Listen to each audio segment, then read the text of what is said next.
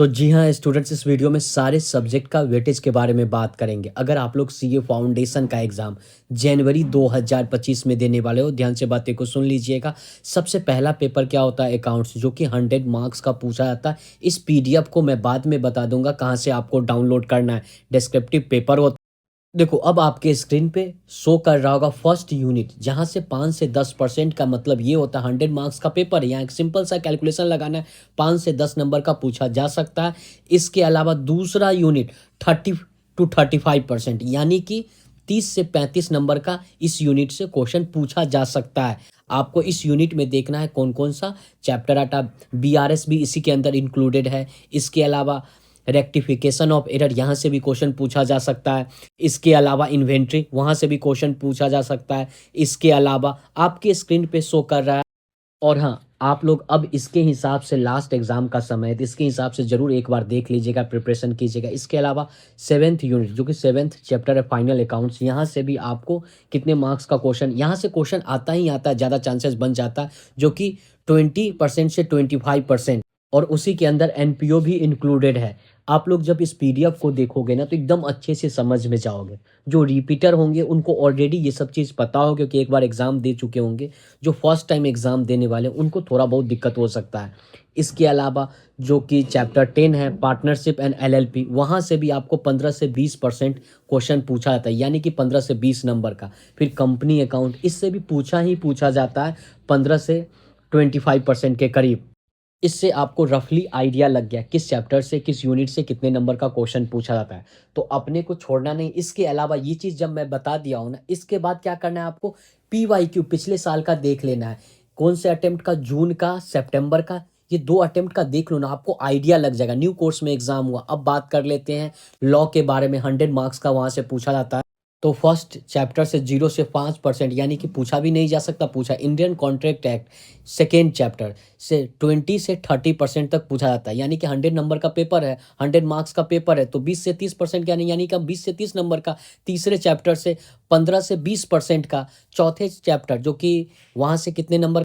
15 से 20%। पांचवा चैप्टर 5 से 10%। छठा चैप्टर कंपनी एक्ट 15 से 20%। सातवां चैप्टर 10 से 15%। आपको इसको देखना है। इसके बाद पिछले साल का क्वेश्चन को जरूर देखना है, जिससे आपको, इसको देखोगे, पिछले साल का क्वेश्चन देखोगे, आपको पूरा आइडिया लग जाएगा।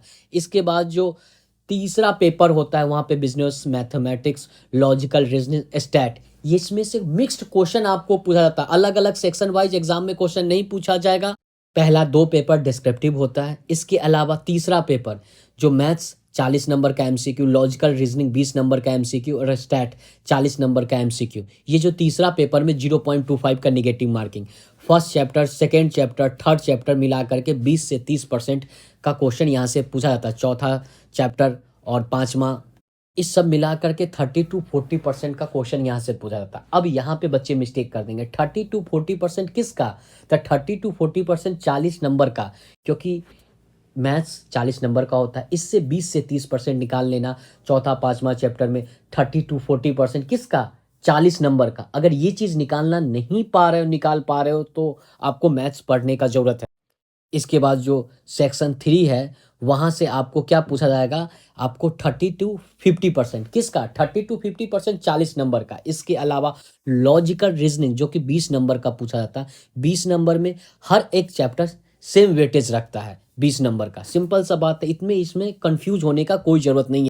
इसके अलावा पार्ट सी, जो कि 40 नंबर का स्टैट पूछा जाता है। चैप्टर 13 और चैप्टर 14 आधा लगभग वेटेज रखता है। ये चीज़ आपको ध्यान देना है।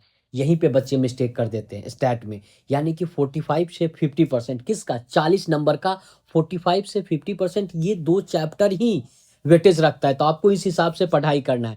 इसके अलावा चैप्टर नंबर 15 हो, चैप्टर नंबर 16 हो, जो कि आपके स्क्रीन पे शो करा 15 16, आपको 25 से 30% का वेटेज रखता है। किसका? 40 में से 25 से 30% का वेटेज रखता है। कैलकुलेट कर लेना। इसके अलावा चैप्टर नंबर 17 18 10 से 15% का वेटेज रखता, और 40 नंबर से आपको निकाल लेना है इसमें। अब आखिरी पेपर क्या है? बिजनेस इकोनॉमिक्स, जो कि 100 मार्क्स का वेटेज रखता है। एमसीक्यू पैटर्न में एग्जाम होगा। इसमें भी 0.25 का निगेटिव। फर्स्ट चैप्टर 5% का वेटेज रखता, फर्स्ट सेक्शन। सेकेंड चैप्टर 10% का वेटेज रखता, किसमें? 100 मार्क्स में।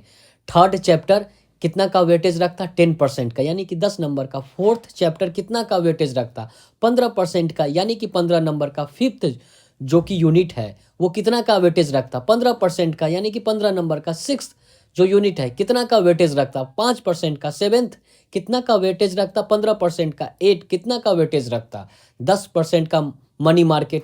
इसके अलावा इंटरनेशनल ट्रेड 10% का वेटेज यानी कि 10 नंबर का। आखिरी इंडियन इकोनॉमिक्स 10% का मात्र वेटेज रखता। नीचे में क्लियर लिखा हुआ है +5% -5% ये हो सकता है किसी भी सब्जेक्ट का वेटेज में। ये सब चीज़ तो बता दिए। इसके जस्ट बाद आप पीवाईक्यू देखो, जून 2024 का क्वेश्चन पेपर देख लेना, सितंबर 2024 का देख लेना, जिससे आपको रफ आइडिया लग जाए। इसी हिसाब से जनवरी 2025 के लिए अच्छे से पढ़ाई करना। सबसे पहले ऑफिशियल वेबसाइट पे आ जाना। जब आप ऑफिशियल वेबसाइट पे आ जाओगे, ऊपर में न्यू स्कीम शो करेगा, उस पर क्लिक करना है। यहाँ पे आपको सेक्शन वाइज वेटेज शो करेगा, उस पर क्लिक करना है। फाउंडेशन कोर्स पे क्लिक करना है। यहीं से आप ये पीडीएफ को डाउनलोड कर सकते हो। लास्ट में छोटा सा रिक्वेस्ट करेंगे, चैनल पे नए हो तो चैनल को सब्सक्राइब करके बेल नोटिफिकेशन बेल दबा दीजिए, जिससे सीए रिलेटेड एक भी अपडेट और न्यूज़ मिस ना हो पाए।